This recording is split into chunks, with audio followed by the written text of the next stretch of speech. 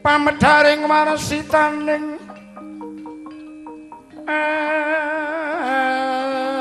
ati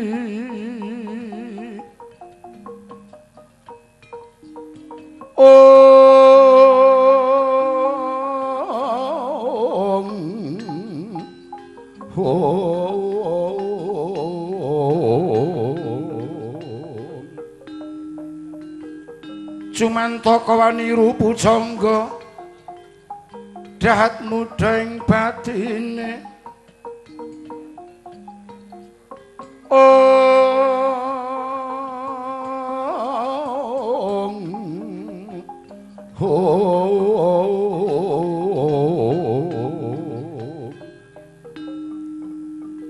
nanging kedah hinunggung weruh yen keh ngesemi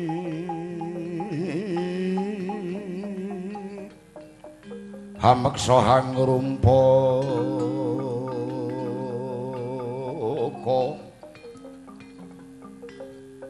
dasa kang kalantur tutur kang katula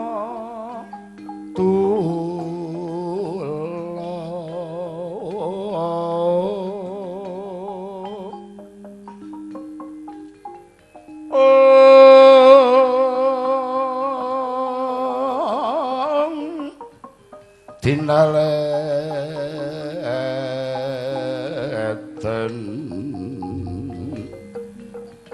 rinuruh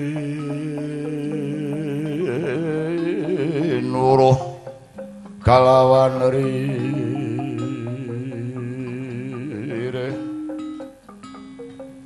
mreh padanging sasmi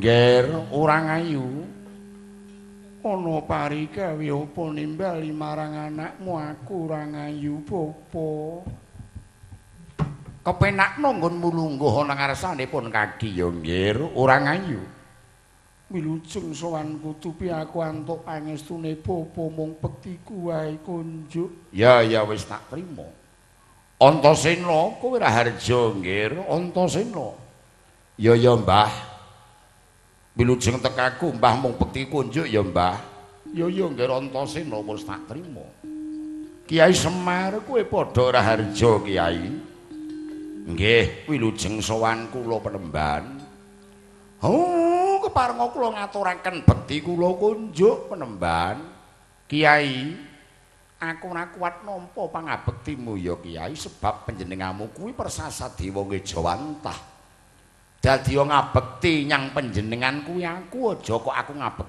kowe ngaturke bekti marang aku kuwi aja nggih dawah sami-sami lho tole rungokno Penemban Kiai Baruna kuwi digdaya kuwi nek gelem Triwikrama dadi ula sak bongkote ngecal ning nyang aku tak caosi bekti ora gelem sebab mungguing Penemban Baruna jare aku ku Dewa Ngejawantah antek mono kowe anakku kok ora ngejeni karo wong tuwa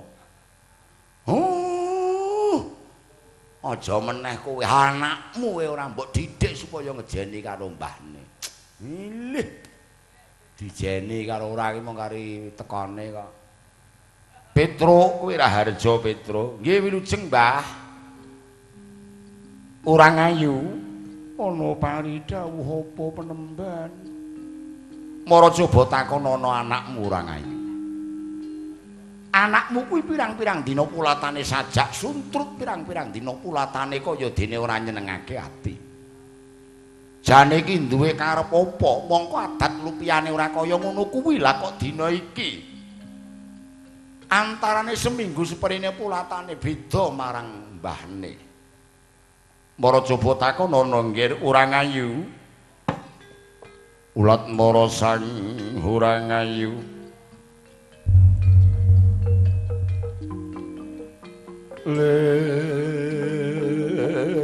leres munira kamanung pingsan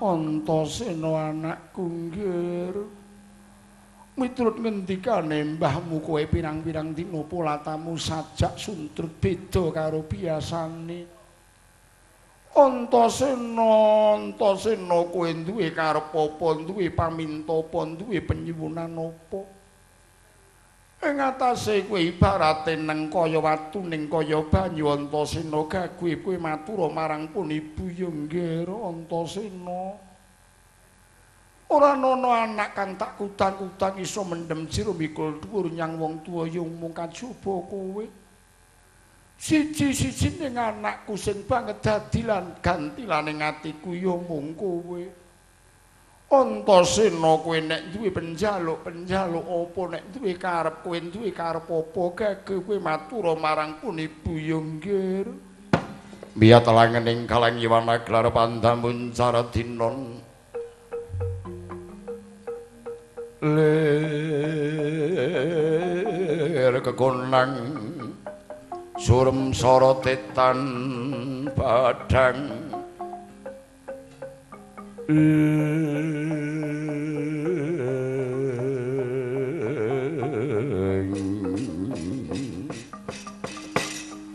Bu Antasena apa Mbah putuku ngerene ngopo ngene ya Bu, ngene ya Mbah.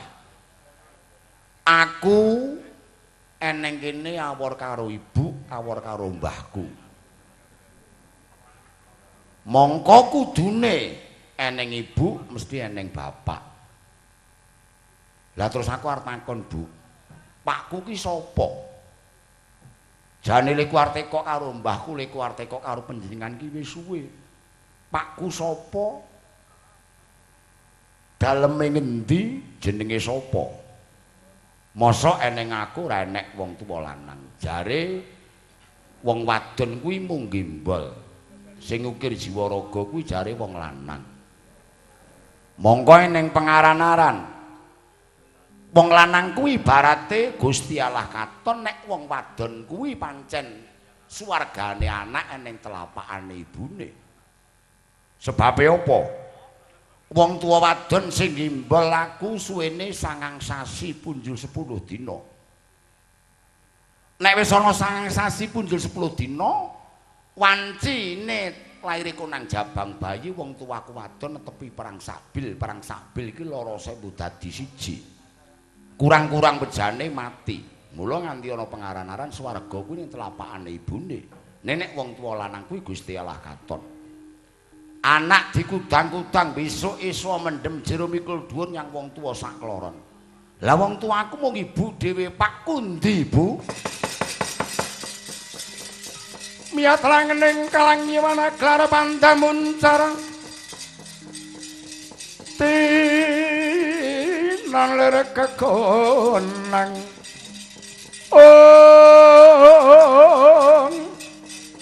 surem sorotetan padang kasor lan pajaring burnaning gegono bimohana wenging ujongan colo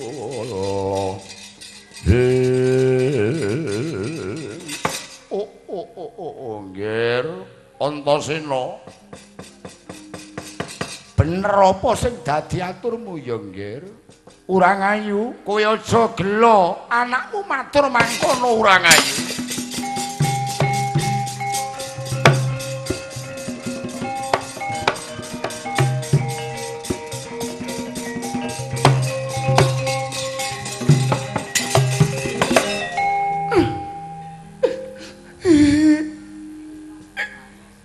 Lakon. Mula le tak salahke iki malah dudu anak, dudu bojo. Le tak salahke iki mah lanangane mbiyen. Mula ya mula. Wong ya aja pehake payu. Aja pehake akeh wong seneng. Angger wong dikentrik. Anggere wong disenengi anak teng tlecek. Oh. Antenan aku di bojo sitok kamal hara karuan genahe. Piye? Sing payu-payu. Sing cilaka ngempet. Antasena. Piye, Bu? Jane aku ora perlu krungu, ora pengen krungu tembung lamun to kowe takon bapakmu. Antasena, Antasena lamun to kowe gedrenggonmu kepengin nyumurupi marang bapakmu. Bapakmu kuwi satriya panenggak Pandhawa Raden Werkudara. Lah salah Ibu. Oh, Ibu. Oh, Ibu.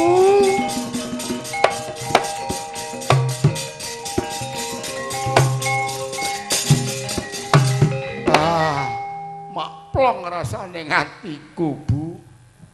Bareng si Bu ngendika nek sekaya aku kuwi anak panenggak Pandhawa Raden Werkudara. Bu. Rumangsa biar padhang atiku nek ngono Ibu banget-banget tresna karo anakku lanang sing kaya aku iki. Mbah. Piye, Nggir? Lega atiku, Mbah, sawise Ibu wis paring dawuh karo aku nek aku jare anak Werkudara. Lah apa kowe arep goleki saiki? Bu. Aku ki arep rabi, Bu. Heh, deh. Wis modar iki engko, pake modar iki engko wae. Wis. Rumangsa mung seneng tok ngantek laire bayek, ngantek gerang pake ra mudeng.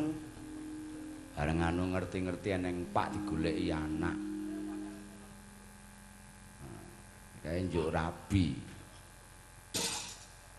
Sing mbok ayunke sapa? Anak satriya panengah Pandhawa sing jeneng Dewi Manuhara. Wis dadi bayane atiku, Bu. Aku urip ora bareng karo Manuhara kedhuwung aku mati tak udhokke nyawaku. Lanjur piye? Gandeng aku ndi wong tuaku arep goleki bapakku. Nek wis pethuk karo bapakku gelem ora gelem bapak tak suwun dadi waliku. Ngrabekke aku entuk Manuhara. Bumi gonjang kanjing langit kelap-kelap katon.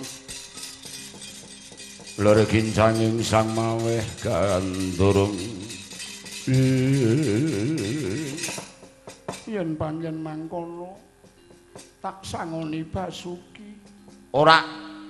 Jane aku arep tekok karo Punakawan. Ndaramu ki kok ngerti-ngerti tekok pake iki apa mbok omongi? Ayo Semar ngaku. Apa mbok omongi ndaramu si Antasena? Nek kon nekokke pake ngono. Mbok nggih mudar gareng nek kula omong. Lho. Mati kok kancane iki piye? Kula niku mung ngrasan. Rasan piye? Jenenge sakya ana sakyaene kok urip nek pertapan gek nek jero banyu. Ora ning pangan liyane eneke embung bangsa keyong karo yuyu. Kula nggih ngaten, Mbah. Mbok ndang nyang daratan, nyang Amarta pethuk Ndara. Suwe-suwe terus Ndara Antasena kok Ndura-ndura kok Ngamarta wis apa to, Truk? Wah, niki rahasia wae jane ngono jane.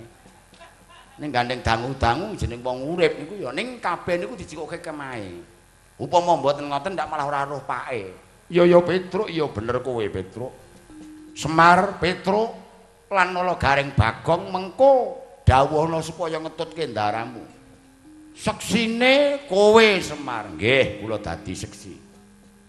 Ngati-ati yo nggih, kowe lamun to pethuk karo bapakmu. Bapakmu ku piyayine gedhe dhuwur nek mlaku diring karo angin. Piyayine nek iya ya iya nek ora ya ora. Ya Bu, iya. Mengko tak pikire dhewe. Wis Mbah aku njuk pangestu Mbah. Iya ya nggih Antasena putuku sing ati-ati ya nggih.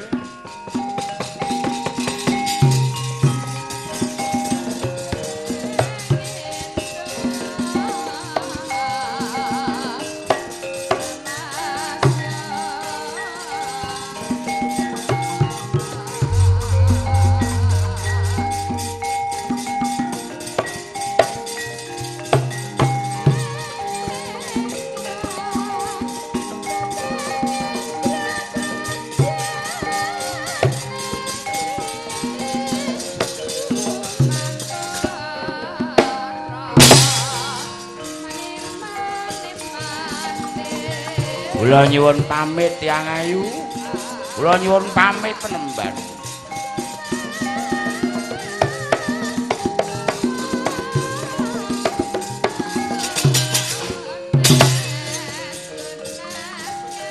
Nyuwun pamit.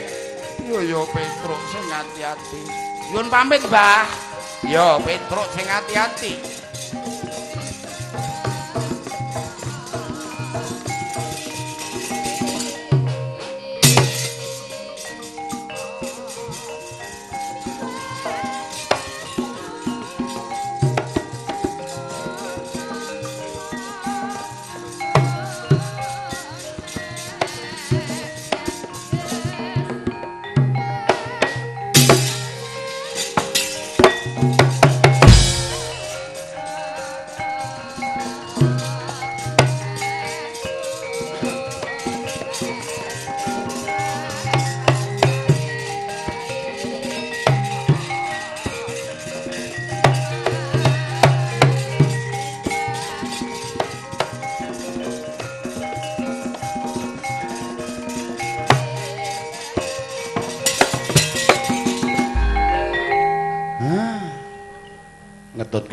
Ngetutke ndara nek ditenani ya malah remuk.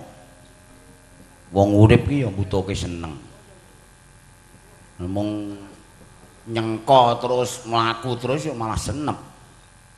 Ning suatu saat men dawa umure, men kerep seger awake, awet enom ya sok nganggo tamba, nganggo jamu, seneng-seneng kuwi.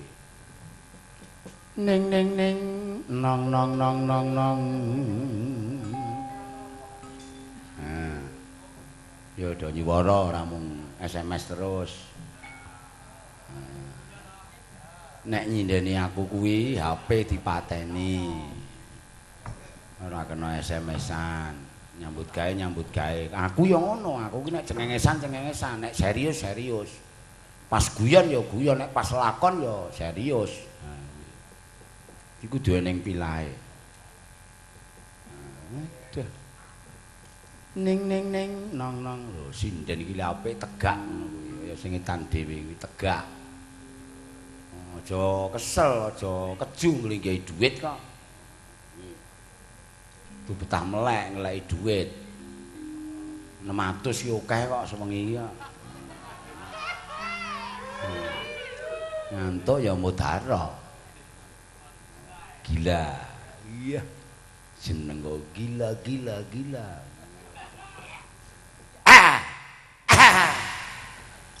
Apa sajake Gusti iki njodokke no ya.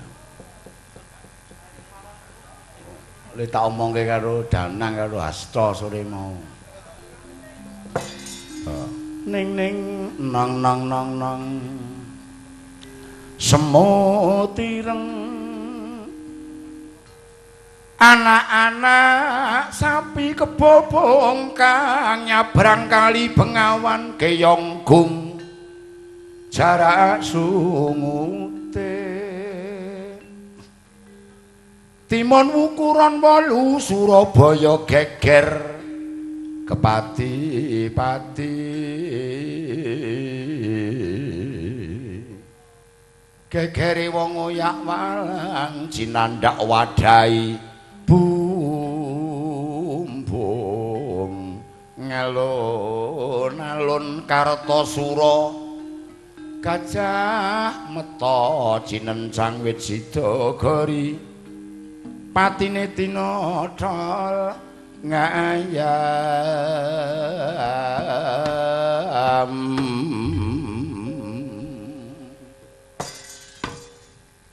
elo sama elo ya ngetan bali ngulon apa setyane kelakon elo sama elo ya blarak disampirke mae cerak ora ngampirke elo sama elo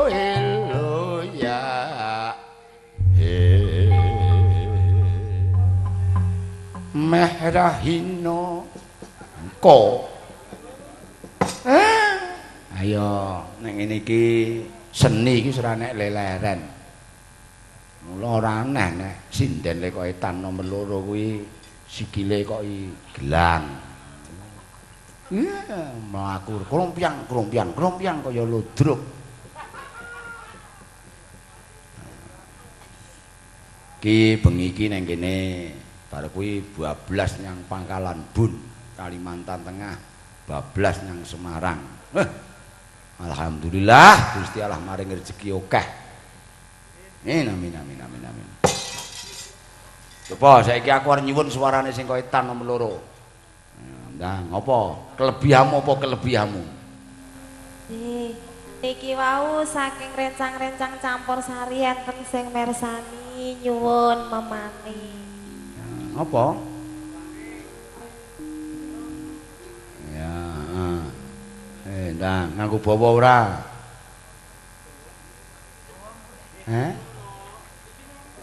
Apa?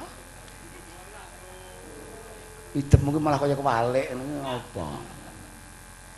Niki kan kersane tampil beda. Iya, nek mung padha kancane ya mah iya ra. Beda. Wah, jan. Teng celorot. Nah. Iki nggon sirah kuwi ya Mas. Nggih, mugi-mugi nek jenengan kersa mbeta kula. Go nyanti. Nggih karek mriku kula dibeta teng pundi-pundi manuk mawon. Oke. Nah. Le muni kono le deg-degan malah le gender. Jan. Ayu jaman saiki beda karo sinden. Kula nggih ayu niki. Ora ayu beda karo sinden biyen. Sinden biyen iki wis tuwek ambune PPO wae. Ya iki ambune iki saorarane ya minyak sing wangi. Ikan dhewe agek le mencep ayu kok. Biyen mencep malah ngiler sinden biyen. Ya ndang, Nduk. Langsung ke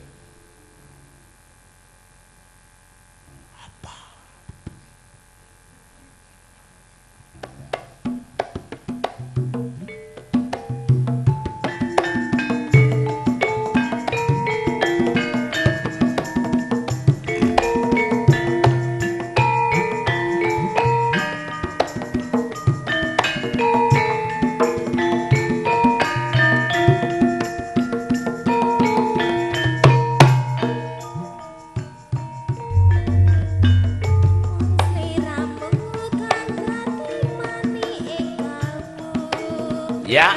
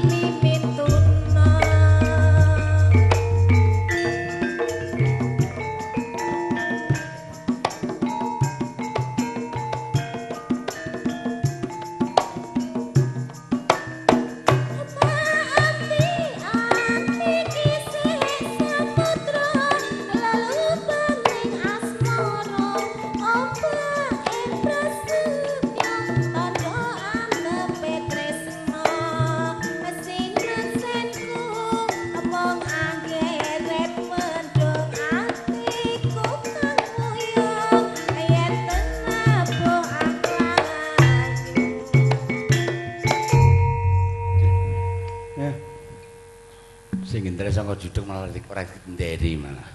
Nggih nyuwun sewu niki tasik nyuwun ajar. Oh, wis pinter no ajar piye dasare lemu nyanyi kuwi iki. Jenengan beta wangsul ta kula? Heh. Jer kon go Bali go mali nyandi. Sesuk. Nggih kersane kula semur teng Jawa Tengah ngoten. Ya, beres. Teng mriku nggih usum Brambang. Heh? Teng mriku nggih usum Brambang. Ah, Brambang akeh no. Wonten pitilan apa mboten nggih? Heh? Arep ngopo? Arep pitil Brambang piye ning kono? Mane-mane ayumu wah kowe ning kono kira-kira melu aku seminggu no wah saya sip. Dados. Heh? Seminggu pun dados. Dadi lho Dados kamu napa? namun. Duh. Sip. Nah, saiki coba ya Cahayu. Iki tan dhewe iki. Heeh. Iki bingung ta kowe iki? Aku ya blek ora roh apa-apa nek ngene iki. Nah, bawa nduk. Bawa. Po caping gunung ning pelok barang, ya. Oke. Oh ya. Bawa pengasih danang tak tunggu. Ya.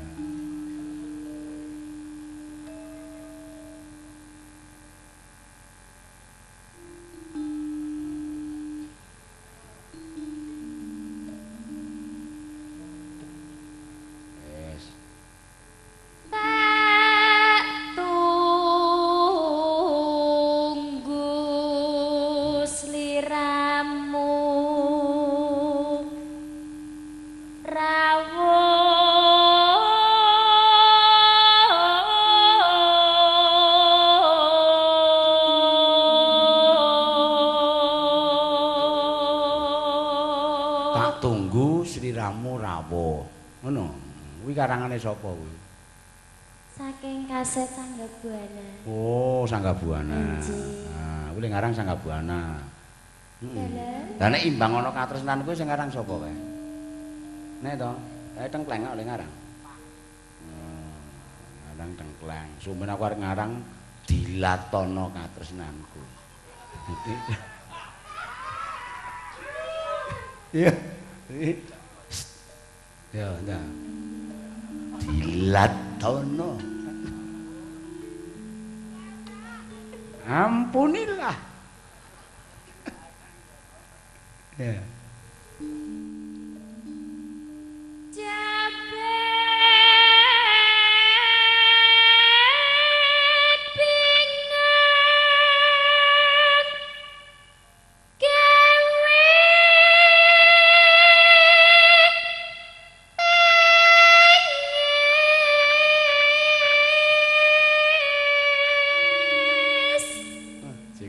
Palang sepur. Iu. Sip.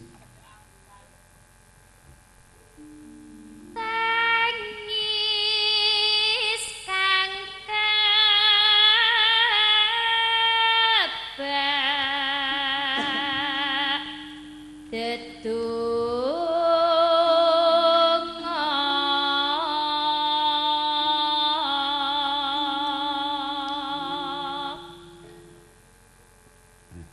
dari mener-menerke.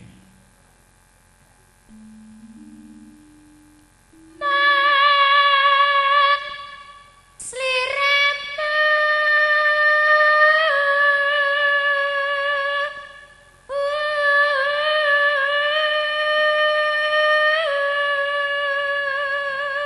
Sing kok ambulan iki. Terus diringi la ilaha illallah. La ilaha illallah.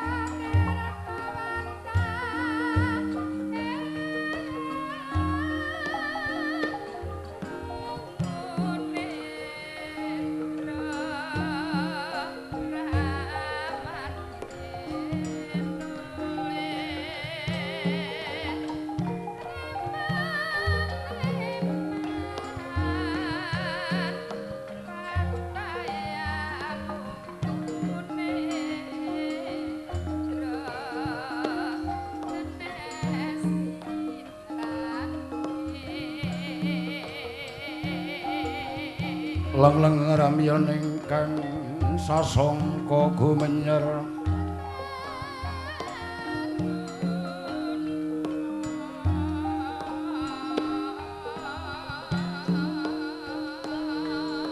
pangrengga rumbing buri mangkin tanpa siring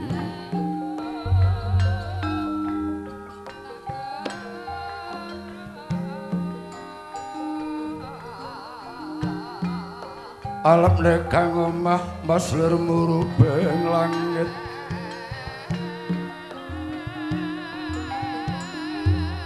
tekian sarwa manik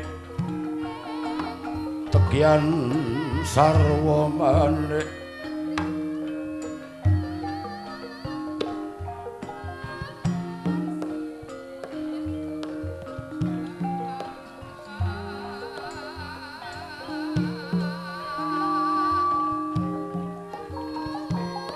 ndang sembah niring ulun kapara barisang murubeng ngarep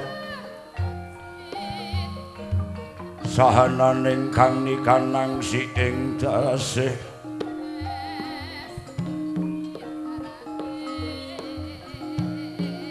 nikanang si ing dasih maweh buka sawegung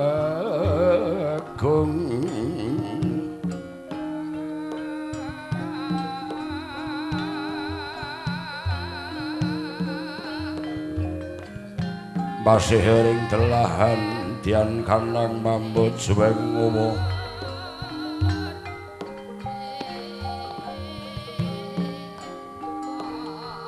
rincing naya kening ratu tengrat kutomo mangguwa manugrahing len sewa sukata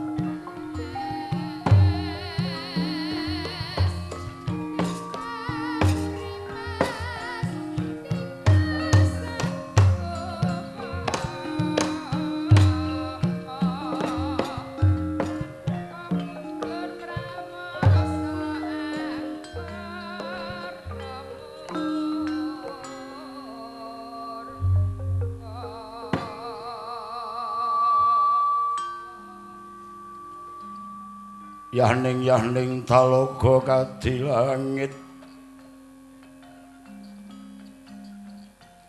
membang tang pas mulamu pamane ko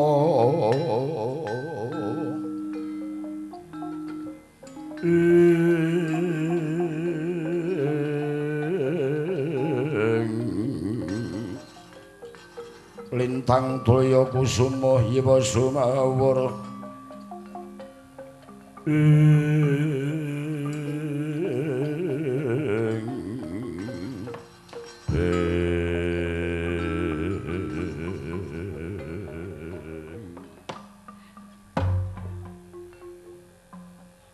Bapa Durna Kakang Awangga Paman Sengguni kula wonten timbalan ingkang dawuh kaliyan anak Prabu nimbali dhateng sawanipun ingkang Bapa Sukalima kula wonten dawuh Yayi Prabu kepareng paduka nimbali dhateng sawanipun ingkang Raka Raja Ngawangga kawula non wonten timbalan ingkang dawuh sinuwun kepareng paduka nimbali dhateng sawanipun ingkang Bapa kepatihan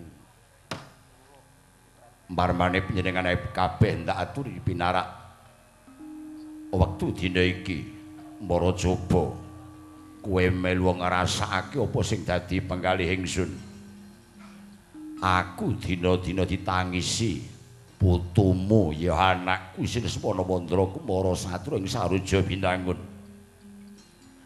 Lesmana Mandra Kumara nangis giyeng gandrung kapirangu kelawan Atmajendra adikku si Harjuna sing patutan kelawan Dewi Manowati sing jeneng Dewi Manuhara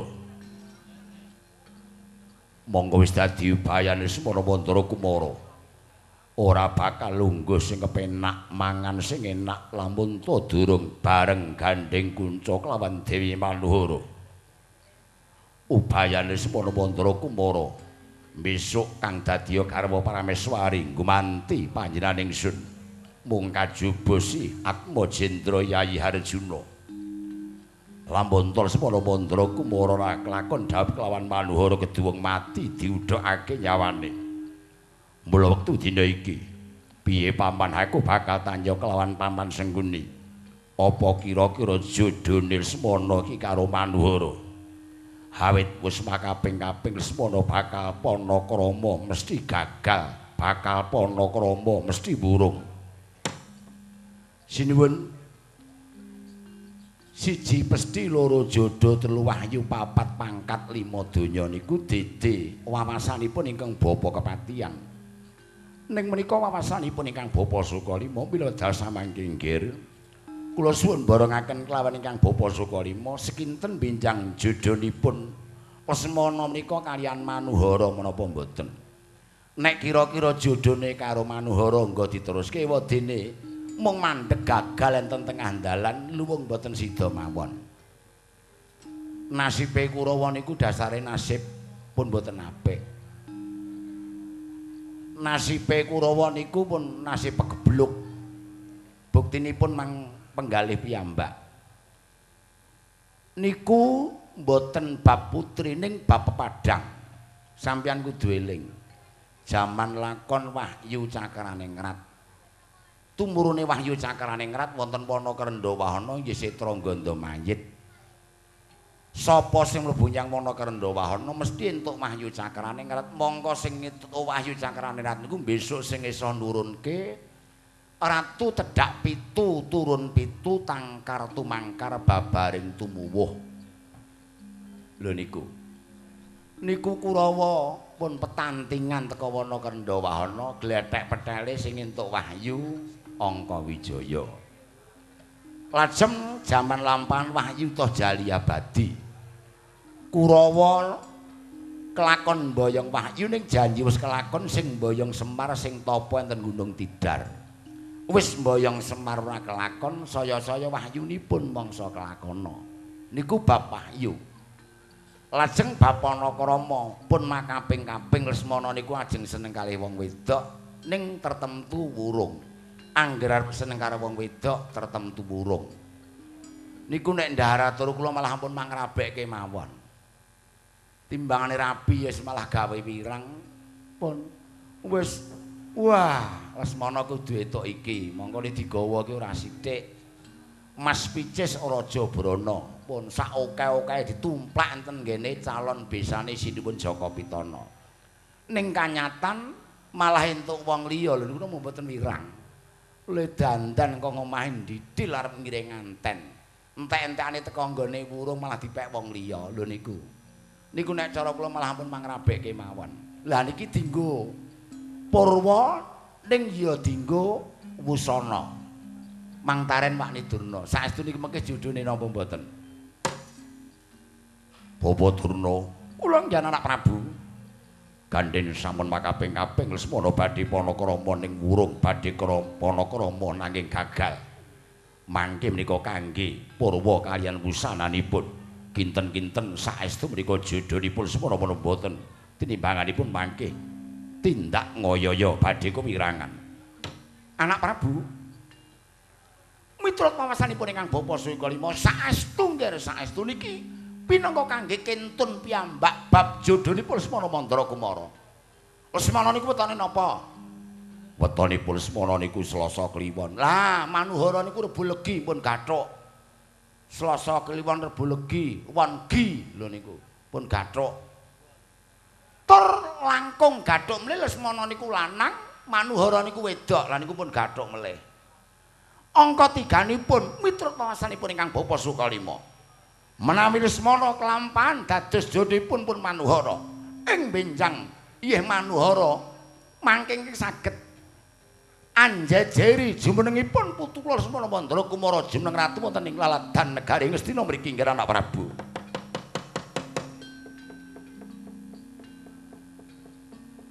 Tidem jroning panangkilan semune kaweryan wigadining karsa kabaring nata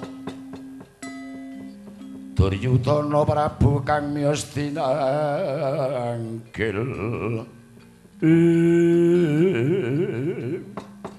matur nuwun Bapa Durna Kakang Awangga Kula wonten dawuh Yayi Prabu.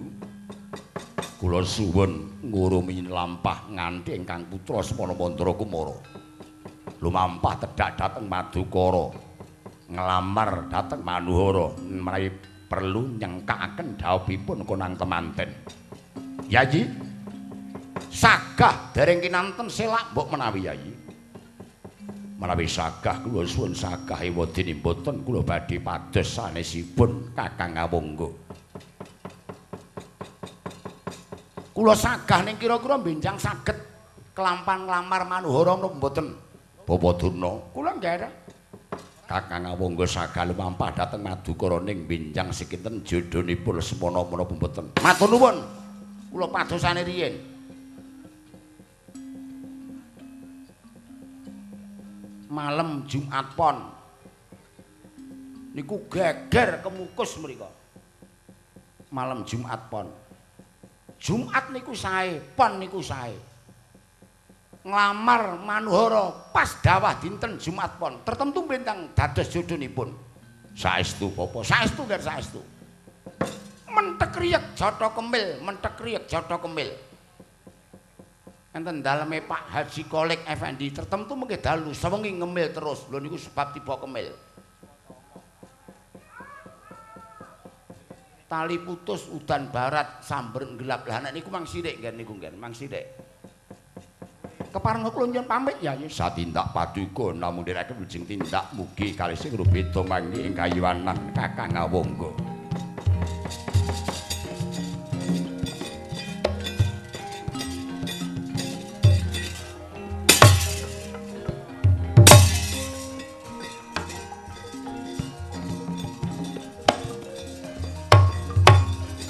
Tidem jroning panangkilan semune kawaryan.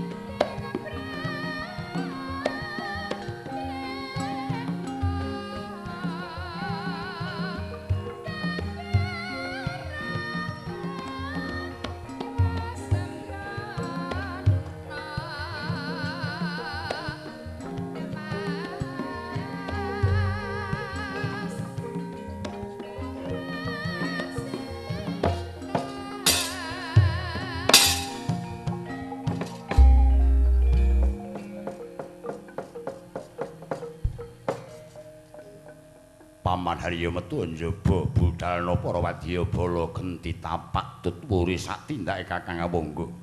Keparengipun bapa madal maswanan sing ati-ati Paman Bapa Durna. Kula nggih anak Prabu. Monggo bapa kula derek kemal bedhat-kedhaton bapa. Malah kula badhe nyuwun pamit. Kula kepengin dhisik pinten niatipun ingkang Raka Raja Ngawangga nipun badhe mana kramakaken dhateng putu kula Lesmana Mandara Kumara. Dimas Kartomarma. Kula wonten dawuh Koko Prabu. Aja wetake kelan ngiras pantes bubarna para wadyabala kang padha gantung seba ingsun bakal kundur jroning kedaton. Tlesadanipun wong agung nata ngestina. Sabda Baramana Raja sabdaning Pandhita Ratu Tan Kenawalawali kaya sastra pada kirana. Sastra tulis kirana masih padha delancang kaya mangsi tumetes sing delancang talumeber. Yen Ndra candrane persasat kegleyongan. Rara lumanem